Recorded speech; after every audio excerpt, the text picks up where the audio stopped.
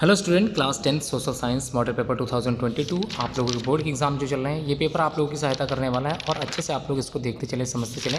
सारे क्वेश्चंस को मैंने अच्छे से समझाया और मैं उम्मीद करता हूँ इन सभी क्वेश्चंस के आंसर्स आप लोग जरूर अच्छे से तैयार करके जाओगे। पहला जो पार्ट ये है, इसमें यहाँ पर आप लोगों को क्या पढ़ना है, रिलेटेड टू हिस्ट्री आप लोगों को अच्छे से तैयार करना है और पॉलिटिकल आप लोगों को तैयार करना है। ये पार्ट है में आप लोगों को दोनों सब्जेक्ट से रिलेटेड क्वेश्चंस मिलने वाले हैं। तो पहले जो क्वेश्चंस आप लोगों को यहाँ पर प्रिपेयर करने हैं तो वो है मल्टीपल चॉइस क्वेश्चंस के। सारे क्वेश्चंस मैं बता रहा हूँ। पहला question, who among the following form as a secret society called Young Italy. तो यंग इटली के संस्थापन या फिर संस्था करने वाले कौन थे? ऑटो वॉन बिस्मार्क थे, जिसेपी मजीनी थे, मर्टनिक थे या फिर गॉटफ्राइड थे। तो चारों में से जिसेपी जने मजीनी जो थे वो हैं सीक्रेट सोसाइटी के जनक। ठीक है, तो यंग इटली की जो स्थापना की थी वो जिसेपी मजीनी की थी। सेकंड यहाँ पर बी है, फ्रेंच रेवोल्यूशन कब स्टार्ट हुआ था? तो 1789 is the right option of the given question. तो फ्रेंच रिवॉल्यूशन की शुरुआत 1789 में हुई थी। इसको आप लोग जरूर पढ़ के जाएं अच्छे से। और भी कई मल्टीपल चॉइस क्वेश्चन जो मैंने आप लोगों को बताए थे, अगर आप लोग व्हाट्सएप से मुझसे जुड़े थे तो उसको भी जरूर तैयार करके जाइएगा। बहुत ही ज़्यादा क्वेश्चन मैंने यहाँ पर इनबिल्ट नहीं किए हैं, जोड़े नहीं हैं, लेकिन आप लोगों की बेसिक जो जानकारी है वो अगर आप लोगों के पास है तो आप लोग क्वेश्चन पेपर बहुत ही अच्छा करने वाले हो। पेपर बहुत हार्ड आने वाला बिल्कुल नहीं है। From which of the following nationalism had started. तो नेशनलिज्म ये शुरुआत कहाँ से हुई थी? तो शुरुआत हुई थी जर्मनी से। चार ऑप्शन है, इटली है, जर्मनी है, फ्रांस है, इंग्लैंड। तो आप लोगों को जर्मनी ऑप्शन लिखना है। अगला question, when did Mahatma Gandhi started non cooperation movement, जिसको यहाँ पर खिलाफत आंदोलन भी कहते हैं। खिलाफत मूवमेंट की शुरुआत कब हुई थी?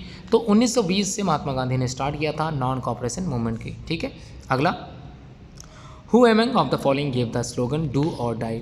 तो करो और मरो ये जो स्लोगन दिया था ये किसने दिया था? सुभाष चंद्र बोस, चंद्रशेखर आजाद, भगत सिंह या फिर महात्मा गांधी ने। तो राइट आंसर है महात्मा गांधी। अगला जो क्वेश्चन पूछा गया, when did civil disobedience movement run. तो कब शुरुआत हुई थी सिविल डिसोबीडियंस मूवमेंट की? 1920, 1927, 1930 या फिर 1935 में।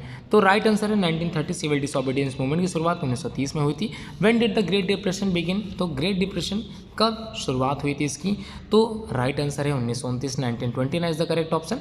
अगला है, how many union territories are there in Indian union. ठीक है, यूनियन टेरिटरीज कितने हैं ये आप लोगों ने पढ़ा होगा। दो जो है केंद्र शासित प्रदेश बड़े हैं। एक क्या था याद कीजिए, जम्मू कश्मीर से जो बटा हिस्सा था और लद्दाख एक नया बन गया। तो दो जुड़ गए तो इसका मतलब 7 में 2 जोड़ा, तो 9 आंसर इसका करेक्ट है।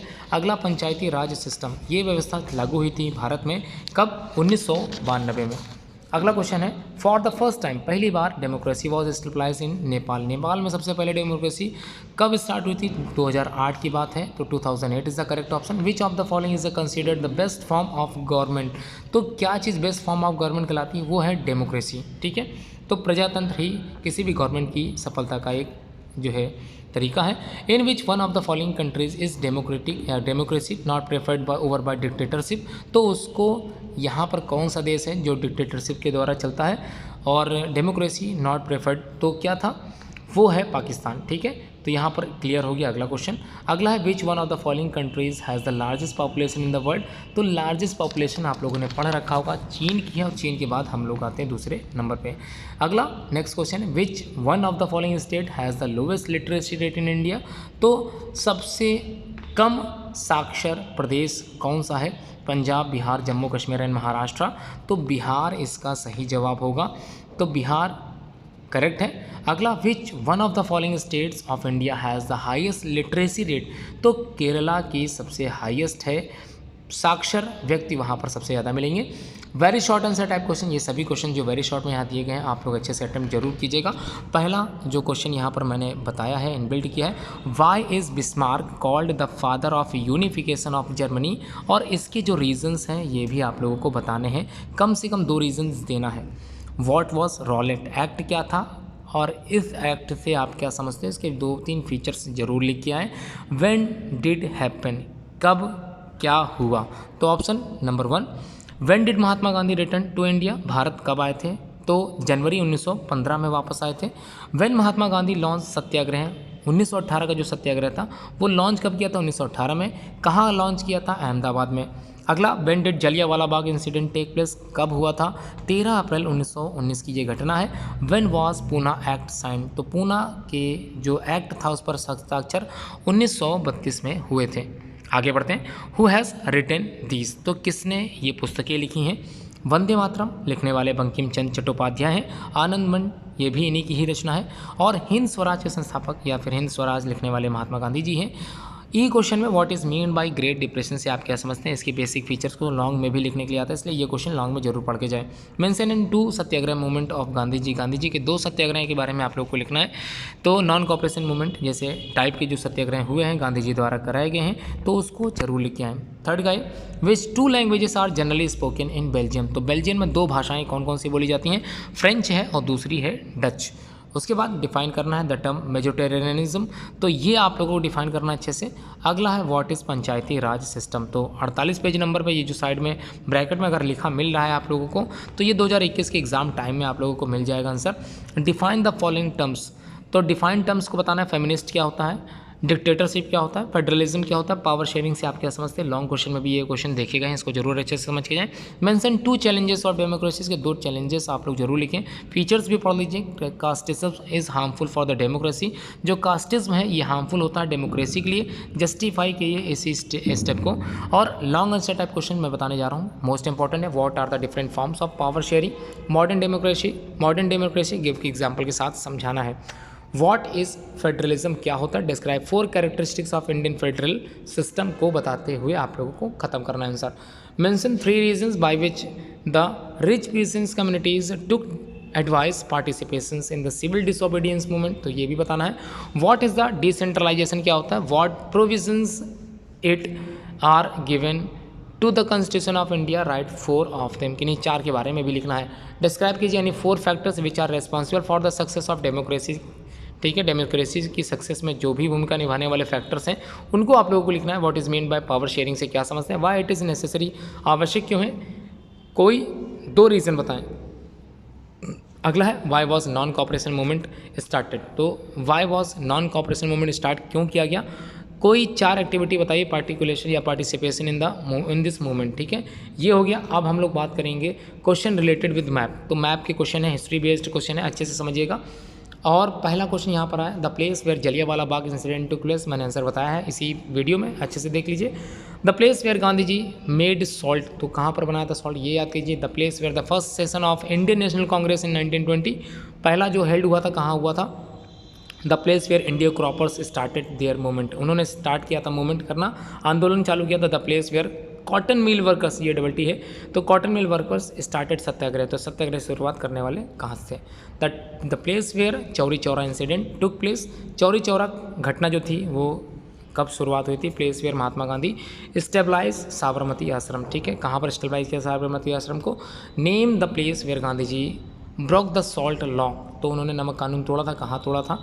Where did Congress session held in 1929 वाला कहाँ पे हुआ था। Name the place where Vivekananda पैदा हुए थे जहाँ। The place where Indian National Congress held its session in 1927 वाला सेशन कहाँ हुआ था। The place where Khilafat movement was began, शुरुआत खिलाफत आंदोलन कहाँ से हुई थी।